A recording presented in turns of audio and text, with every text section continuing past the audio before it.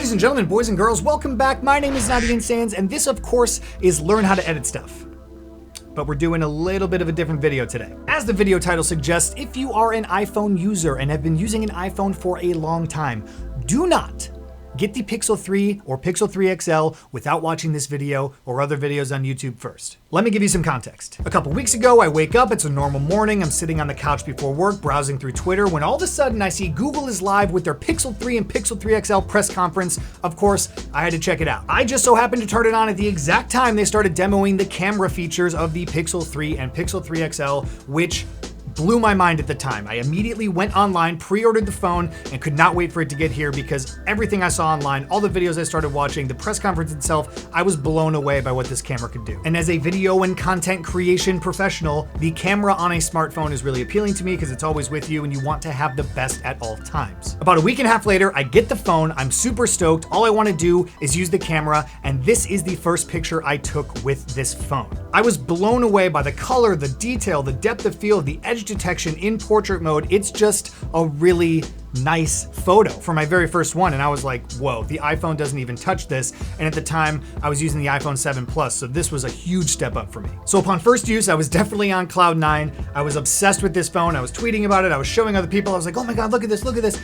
And then I started downloading apps and I started using it as a phone, and then that's when things started to shift in a really negative direction for me. I've had the iPhone since the very first iPhone, and I haven't had any other phone since then, so for me to just randomly switch over to Android for the Google Pixel 3 was a big change, and as I started to use it as a phone, which it is like 80% of the time, and a camera maybe 20% of the time, that's when I was like, I think I made a mistake. So what do you do in a situation like that? I'll tell you what you do. You immediately go to the Apple Store and buy the iPhone XS Max. So now I have both of these phones, and I still didn't know which one I preferred over the other, and that's why I'm making this video, because ultimately I think I'm going to go with the iPhone XS Max for a number of reasons, but I would like to share my thoughts and opinions with you from a video side of things, from a content side of things, and also realizing that your phone is not just a camera, it also has to be a phone. So if you are a longtime Apple user, I would really think twice about switching over to Android or the Google Pixel 3, because the iPhone it really is just a superior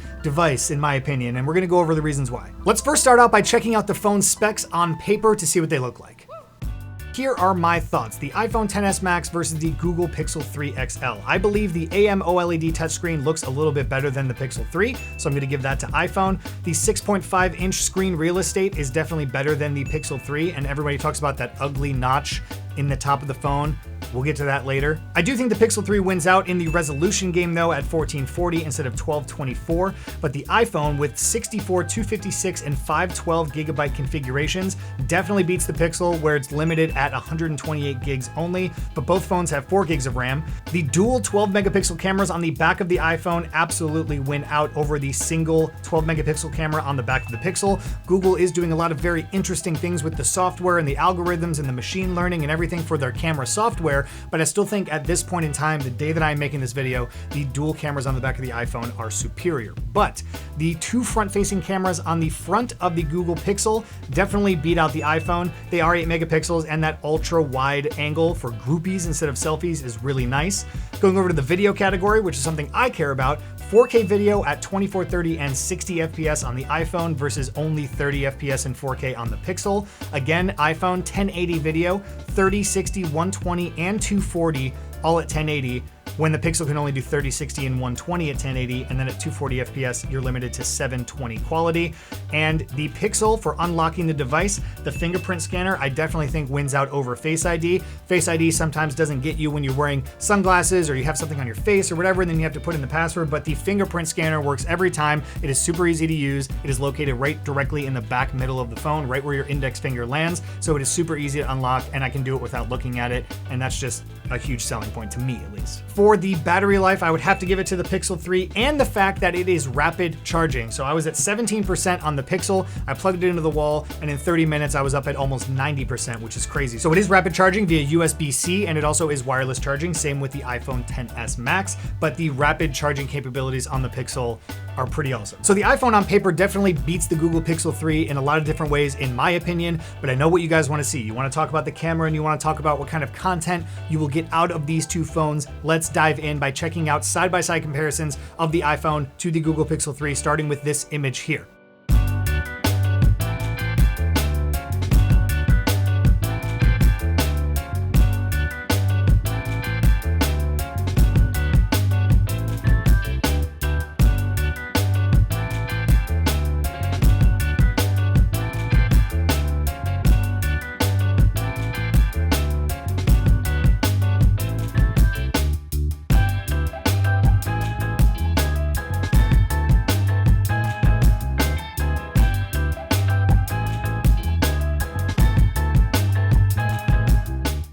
So in a nutshell, I'm going to give the photo capabilities of these phones to the iPhone. It definitely comes out with more natural looking photos, less saturated, less like crunchy with the detail, and gives you a little bit more room to play with in the edit with a little more dynamic range, just looking overall more natural coming straight from the camera. But I will give the portrait mode capabilities to the Google Pixel 3, hands down, without a question. With the iPhone, when you take a portrait photo, as you know, if you're not standing far enough away, it actually won't let you take a portrait photo, whereas the Google Pixel 3, you can snap a photo of anything. It doesn't process that portrait mode photo while you're taking it, but instead it processes it after the fact and gives you the ability to increase or decrease the depth of field after you've taken the photo. The iPhone also lets you do this as well, but if you don't snap the portrait photo initially, you can't go back and adjust the depth of field, whereas the Google Pixel 3 kind of absolutely destroys the iPhone in the portrait mode area of things. All right, now the photos are out of the way, let's talk video. On paper, the iPhone definitely superior to the Google Pixel 3, but is it in reality?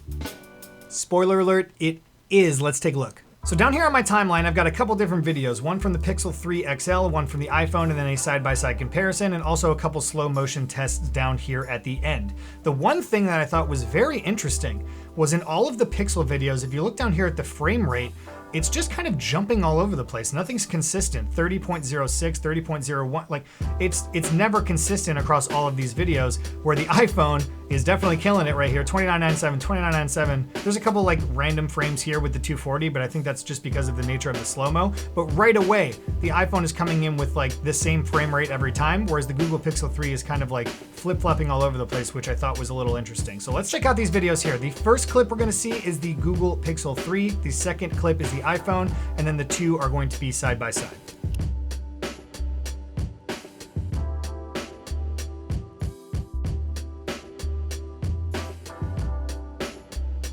Okay, now right away, I'm noticing that the iPhone is definitely wider on the back camera than the Google Pixel 3. The white balance is slightly off, but it is a wider shot. If we look down right here at the bottom, like see how much I'm getting in of the room here versus here? Like it's cropping it in kind of insanely. I think the white balance is just slightly nicer on the Google Pixel, but the overall framing and the way everything looks on the iPhone, I think is just definitely better. There's a lot of video noise happening in the blues here, where on the iPhone that doesn't really exist. So that's super interesting to me. The stabilization in both phones is pretty good. Obviously, again, the white balance on the iPhone a little off, but I like the wider angle nature of the lens on the back in comparison to the Google Pixel 3. All right, now we've got 240 frames per second slow motion video. So here's me flipping this pillow. This is the Google Pixel 3. And remember, we're only shooting 240 FPS in 720p. Now, when I went to go shoot in 1080 240 on my iPhone, I got this notification. 1080p HD at 240 will only play on Mac OS High Sierra 10.13 or later. That's false, because I was able to bring it onto my PC, which is not running Mac OS, and I was able to bring it into Premiere, and it worked totally fine, and there was no issues at all. So don't know what that's about, but check out the Google Pixel 3 versus the iPhone. So this is the Pixel 3, and this is the iPhone.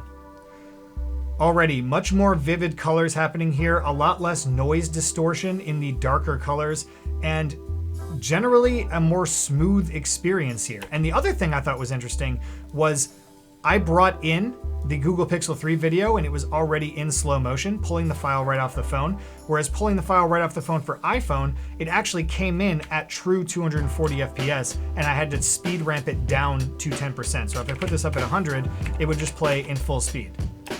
But if I go back to 10%, now it's playing in 240 FPS, which I thought was really interesting because it allows you to kind of speed ramp your videos that are coming from your smartphone versus having to like do something weird if you're gonna edit them. I don't know, I thought that was interesting.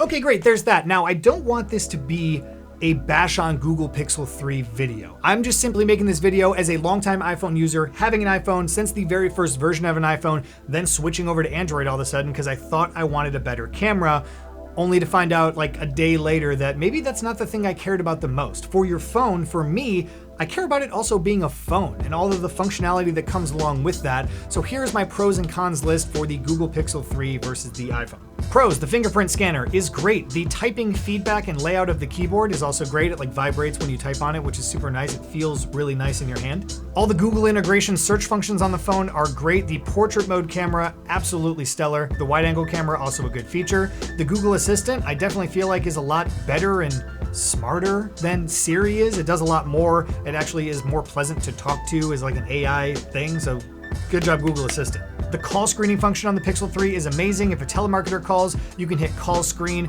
It will send them to like this automated voice messaging service, and then you can either like respond to the call or you can block them from ever calling again, which is really cool. The rapid charging function, also amazing on the Google Pixel 3. The Google software, I think is actually pretty cool. Over iOS, I don't really know. I think I prefer iOS, but the Google software still is pretty cool. And finally, it is more customizable than iOS. All right, moving on to the cons, starting off with the always on display. Now, this is something that Google really likes to push, but I don't really know if I like it. So when your phone is just sitting on the desk, it's constantly on like that. And it's just sitting there, you always see the time, which for some people might be cool. For me, not so cool. I don't really like that. And it's wasting more battery by always being on. And if you decide to turn this function off, you also get rid of your lock screen notifications, which is my number 2 biggest con.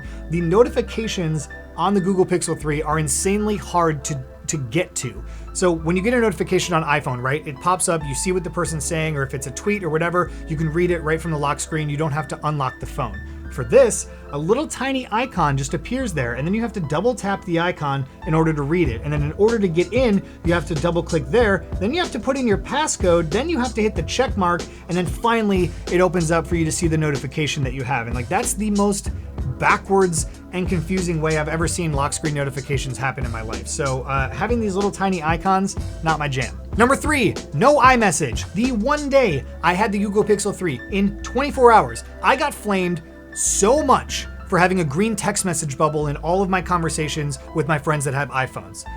And I know that sounds like a stupid reason to put in the cons list, but it really is. And it comes along with a lot of other negative side effects, right? So not only having the green text message bubble, I can't send full quality videos to anybody that has an iPhone because it comes in really small and pixelated and like out of sync audio. And for a video professional like me, that's kind of important. Even if it's a stupid video, I want it to look good and I want the experience of watching it to be good instead of that person being annoyed that I sent them such a low quality video. And if I try to send multiple photos to somebody with an iPhone, it comes in like some weird format and it doesn't just tile in like you're used to seeing on iPhone. So losing out on iMessage to me is like probably one of the biggest things, because when you take into consideration how much you're using your phone for the camera versus a phone, to me, I made the decision that it was 80% phone and 20% camera. And so I'm giving up a huge chunk of that 80% and losing out on iMessage and all these things that I'm used to using for a slightly better camera in certain situations. It doesn't really make sense. 720p for 240 FPS video, that kind of sucks. No 4K 60, that sucks. No Apple Pay, that sucks. The Google Play Store sucks. The phone is less secure and the message encryption isn't as good as Apple, so that sucks. No FaceTime video or audio, that sucks. No AirDrop between phones, that sucks. Having to buy a bunch of new USB-C cables and chargers, that sucks. The huge notch, the gigantic notch, I actually didn't mind it that much. You know, a lot of people talk on the notch. I didn't mind the notch. It's not too bad. If you look at it, it's not that bad. But if you see it on camera, you're like, holy mother of God, that's huge. But you can't turn it off. Check this out. Boop. No notch. There you go. You can turn it off, but then you lose a little bit more screen real estate. So that sucks. There's no depth or like low end tones to the phone speakers. So that sucks. No Apple CarPlay. That sucks. I have Apple CarPlay in my car, plug the phone in, Apple Maps comes up, my text messages, Spotify, all that stuff. Now I lose that. Well, I don't because I'm sticking with iPhone, but that sucks. It's too customizable. Android is too customizable. You can do too many things and it's overwhelming to jump into that, where you can do like custom lock screens and custom buttons and little notifications. Like I didn't even get into all that because it's too confusing. I want a phone that just works straight out of the box. I'm familiar with it. Everything is beautiful and just works really well already. And like having too much customizability is a bad thing, Google, bad. And the interface is just kind of clunky, you know? Like I'm not able to do the same things that I could on iPhone. Maybe it's the fact that I'm not used to it. I don't know. The whole point of this video is just to let you know the debacle that I've been having over the Google Pixel 3 XL and the iPhone XS Max. I have both phones. I'm gonna stick with iPhone, I think, because at the end of the day, you have to think about it as a phone with camera capabilities versus a camera with phone capabilities, because you're gonna be doing more phone-related stuff on your phone than you are video and photo, I think. So guys, if you've been an iPhone user this whole time and you made it to the end of this video and you're watching this right now, don't buy the Google Pixel 3 or Pixel 3 XL. Stick with iPhone, friends. That about does it for me. Make sure you subscribe to the channel and also check out the last video that you missed. We try to do them here weekly to learn how to edit stuff. Sometimes I have to travel, you know? Link in the video description below to see what I was doing the last 2 weeks. Thanks for watching. Subscribe, check out the last video, and I will see you next time.